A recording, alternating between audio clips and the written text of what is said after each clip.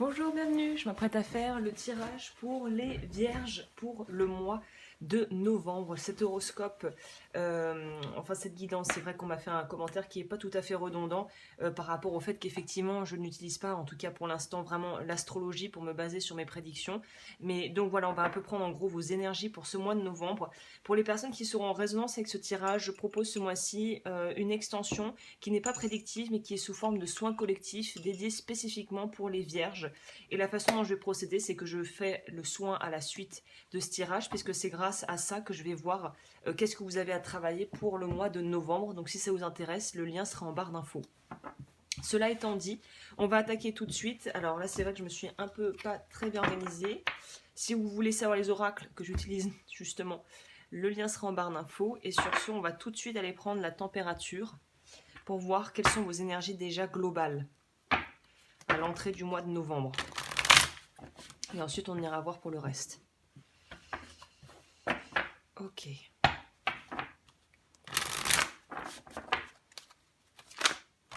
Ouh, on a la tour.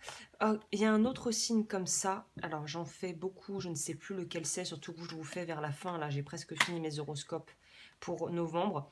On a peur d'aller vers le renouveau. Vous, c'est clair. On a peur du saut dans le vide, de vraiment changer ses petites habitudes, d'être perturbé aussi. Peut-être que la vie va donner un petit peu comme un coup de pied dans la fourmilière. Vous allez un peu perdre vos repères en novembre. À mon avis, on sera plus vraiment où on donne de la tête parce qu'il va se passer beaucoup de choses. J'ai l'impression que le mois de novembre pour vous va être extrêmement riche et peut-être que ça va un peu du coup vous dépasser.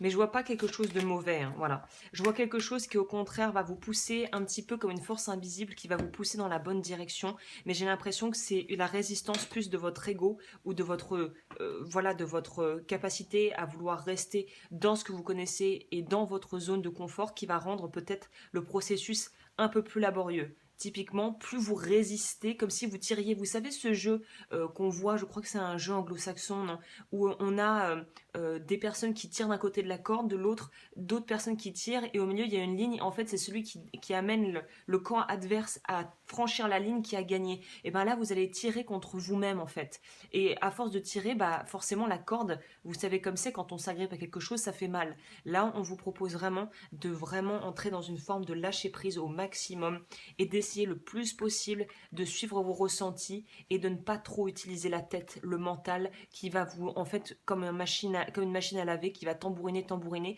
mais qui va vous épuiser plus qu'autre chose. Ça va pas être très productif d'utiliser trop le cerveau là pour le coup, hein.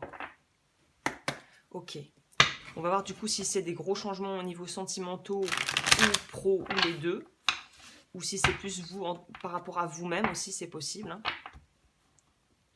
Je sais pas pourquoi, mais pour vous, la phrase, le dicton qui me vient à l'esprit, je sais plus, je crois que c'est Lao Tzu ou un penseur, je crois un penseur chinois qui disait ce n'est pas parce que on voit la lune se refléter dans le lac que la lune est dans le lac. C'est juste son reflet que vous voyez. Faites attention à ne pas vous laisser avoir par des choses qui sont en fait des illusions, une forme d'illusion en fait, hein. Tout ce qu'on voit n'est pas le reflet de la réalité et je pense que ça, vous allez avoir du mal à l'intégrer ce mois-ci. C'est quelque chose qui va vous déranger parce que ça ne va pas forcément coller avec votre vision de la vie. Ok, au niveau sentimental.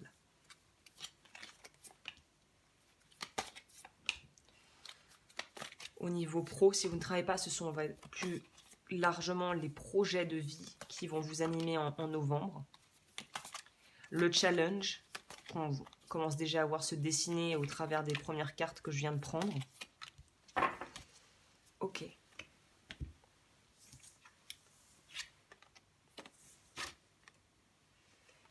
Incroyable. Alors, son de guérison, évidemment, moi j'utilise le bol tibétain pour les extensions, donc pour les soins collectifs par signe. Donc peut-être que la musique est quelque chose qui va être importante ou utiliser des formes de musique thérapie, des choses comme ça, ou même des binaural beats pour reprogrammer vos croyances en dormant, ce genre de choses. Là, on nous parle vraiment de pouvoir agrandir son réseau de connaissances. Donc c'est un mois qui va être hyper, à mon avis, prolifique et où vous allez pouvoir créer beaucoup de choses et beaucoup faire du réseautage si c'est dans votre métier ou si vous vous sentez maintenant qu'il est temps de passer à l'étape supérieure pour vos projets et d'utiliser en fait des bonnes recommandations de personnes ou des choses comme ça. C'est un mois qui va être très axé sur pas tant votre vie sentimentale si vous êtes en couple avec votre conjoint ou conjointe, mais plutôt, d'ailleurs que vous soyez avec quelqu'un ou pas d'ailleurs, mais ça va plutôt être dans ce sens où on va essayer ensemble un état d'esprit très verso en fait. C'est dans le communauté, dans le partage et on utilise les réseaux et on utilise toutes les bonnes recommandations qu'on pourrait nous donner ou qu'on pourrait nous-mêmes fournir pour en fait faire un réseau d'entraide, c'est ça.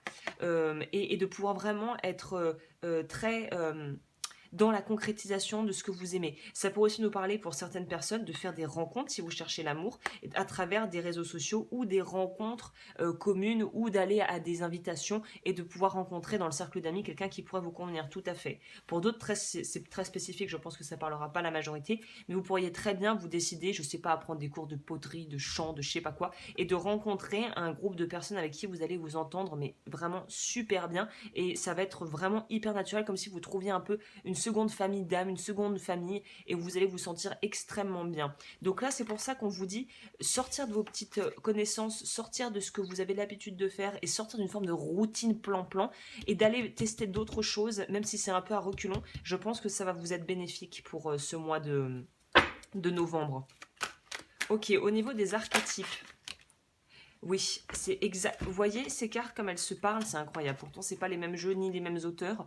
Mais là, on voit bien deux personnages qui avancent. Celui-là ne veut pas aller vers l'avant. Celui-là a les yeux bandés et s'en donne à cœur joie. Là, on sent qu'il y a une idée de voir la vie comme un jeu dans votre vie sentimentale. Alors, pas d'être irresponsable ou immature, c'est pas ce que j'ai dit, mais de vraiment laisser votre intuition vous guider. C'est d'ailleurs ce que la carte nous dit. Si vous êtes dans le doute et que les autres vous font douter, suivez votre propre intuition.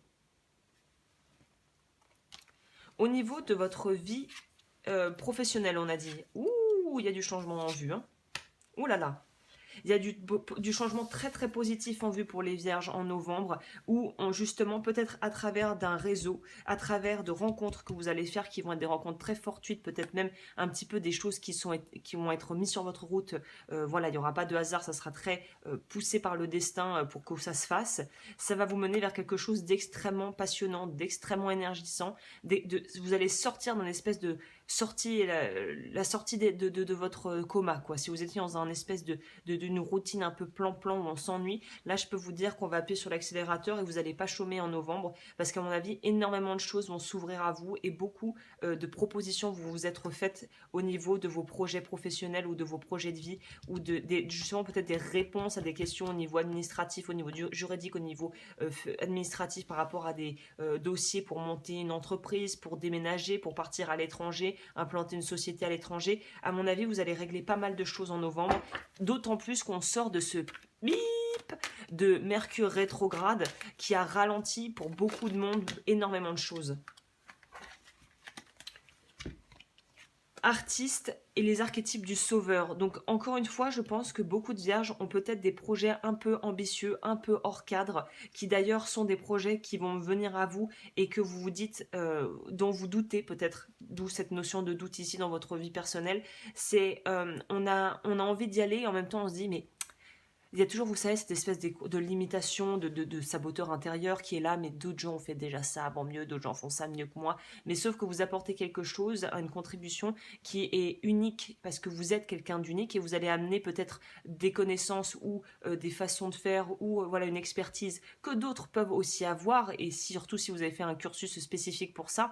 Mais c'est pas parce que d'autres ont fait la même chose que vous ou évoluent dans le même domaine qu'ils vont faire les choses à votre manière. Et là, on vous dit vraiment de vous autoriser à laisser les choses à les faire en suivant vraiment votre guidance intérieure et en étant dans une idée de pouvoir aider les autres sans rien attendre en retour. Donc il y a une idée de le faire vraiment pour vous. Un peu là, si on prenait l'exemple aussi de l'archétype de l'artiste avec là ce qu'on voit, cette femme qui veut peindre quelque chose, c'est de se dire, est-ce que j'ai envie de peindre pour épater la galerie ou est-ce que j'ai juste envie de peindre pour peindre parce que j'aime peindre. Et c'est généralement en faisant juste ce qu'on aime pour soi qu'on attire quelque part l'œil du public parce qu'on l'a fait d'une façon peut-être un peu égoïste, mais qu'on l'a fait d'abord pour se faire plaisir et de partager la résultante, la création qui est née qui est le fruit de ce plaisir que vous avez pris à faire ce que vous avez fait, qui va pouvoir attirer les autres, soit à faire pareil, donc vous allez peut-être être inspirant de ce côté-là, soit à vouloir s'intéresser à ce que vous faites, parce que l'intention et l'énergie que vous mettez dans ce que vous créez au niveau pro vient d'un endroit qui est juste en vous et qui ne part pas d'une codépendance, d'un besoin d'être revalorisé ou de se faire valider par des gens extérieurs à vous en fait. Au niveau du challenge,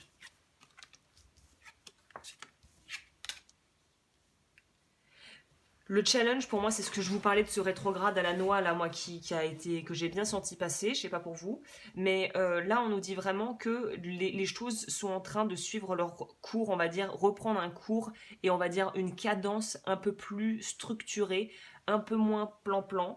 Et je pense que c'est justement une période où tout ce qui était en arrêt ou au ralenti au niveau communication et au niveau choses légales ou peut-être projets que vous avez menés ou que vous vouliez mener avec des proches ou des gens autour de vous, ou peut-être tout simplement par exemple l'envie de se retrouver tous ensemble et de louer une petite maison pendant une semaine ou 10 jours pour pouvoir retrouver tous vos proches et ça a été ralenti par tout ce qui se passe, et bien là c'est de pouvoir mettre en place les projets qui ont dû être en fait mis de côté pendant un laps de temps. On nous dit aussi que ça vous ferait le plus grand bien d'être vraiment connecté à la nature et de profiter en fait vraiment de la période automnale pour faire ce que vous avez envie de faire au niveau de vos activités, peut-être d'activités extérieures, voilà, d'activités en groupe peut-être même aussi. Qu'est-ce que je voyais d'autre par rapport à l'automne ? Ce que je vois aussi, c'est l'idée, c'est la période pour à la fois récolter ce que vous pouvez récolter par rapport aux fruits de votre travail et aux projets et aux relations que vous avez commencé à tisser et aux relations peut-être aussi au niveau professionnel. Mais ça va aussi nous parler ici de pouvoir préparer déjà la prochaine récolte qui arrivera d'ici le printemps prochain. Donc là, c'est en même temps on récolte ce qu'on a déjà et en même temps on peut commencer à replanter pour la saison, la saison prochaine. Ok. Au niveau de l'archétype.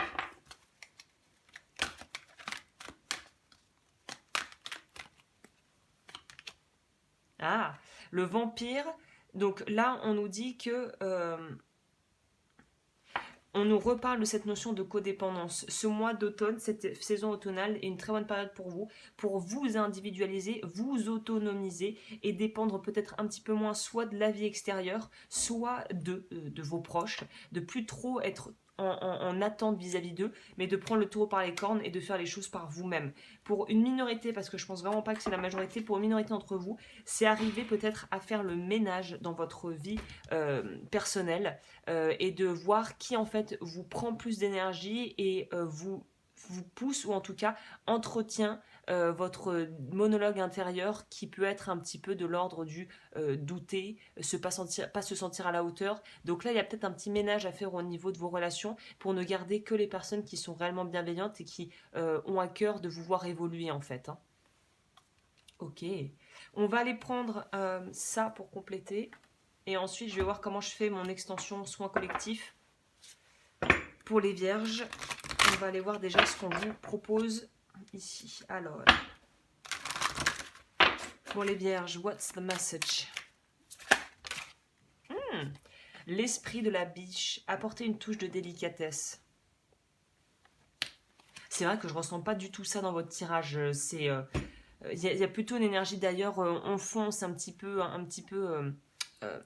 pas excessive, mais qui est pas dans quelque chose d'hyper léger, quoi, qui est dans quelque chose de très terre, hein, terrien, ancré à la terre, dans plutôt, vous voyez, quelque chose qui ressemblerait plus à un taureau, quoi, ou oui, peut-être d'ailleurs même, peut-être que vous avez du taureau dans votre signe astral, mais c'est plutôt cette notion-là de faire les choses avec, faire les choses avec plus de grâce. Je sais pas comment vous dire ça. D'être plus subtil, un peu plus fin, peut-être. Alors, ça veut pas dire que vous ne l'êtes pas déjà, mais il y a une petite touche ouais.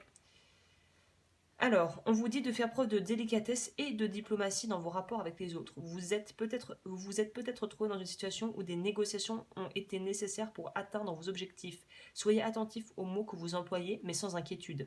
L'esprit de la vie, je vous rappelle que vous avez la capacité d'être confiant tout en faisant preuve d'humilité et de respect d'autrui. Vous remarquerez que votre aptitude au calme et à la communication sereine est accrue en ce moment. Suivez l'exemple de la biche et vous en tirerez bénéfice, gagnant le respect des autres et trouvant un terrain d'entente qui vous satisfait. Gardez à l'esprit que la compréhension des autres et de leurs besoins sera plus profitable actuellement que de placer les vôtres en premier. Si vous agissez ainsi, vous serez largement récompensé. Donc là, on vous dit qu'il est temps de mettre un petit peu les petits plats dans les grands et d'être plus, moins dépendant de l'entourage, peut-être en étant moins en demande ou en laissant les autres un peu faire leurs propres expériences sans vouloir à tout prix avoir un ascendant sur eux ou vouloir les conseiller, surtout s'ils ne vous ont rien demandé. Voilà, voilà. Alors, au niveau de... Comment je vais faire ma petite extension ici ?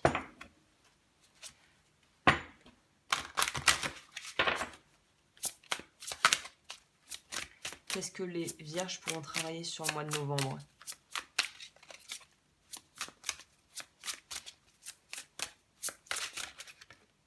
Lâcher prise, c'est ce qu'on vous disait au début. Travaillez avec l'archange Michael pour lâcher prise de tout ce qui est devenu inutile à votre but de vie. On en revient à cette notion de ménage intérieur un peu. On va les complémenter pour voir quel chakra on va révoquer ce mois-ci pour vous, sur quoi on va travailler.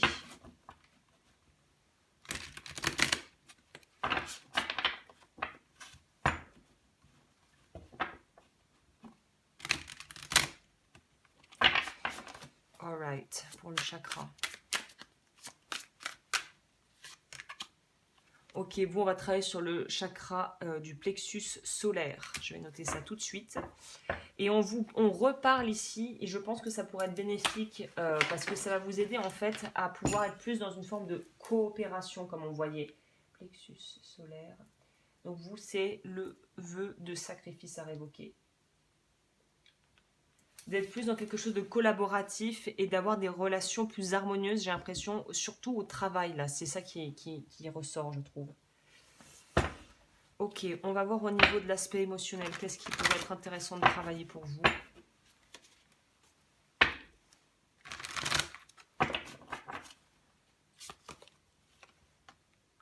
Honorez votre histoire.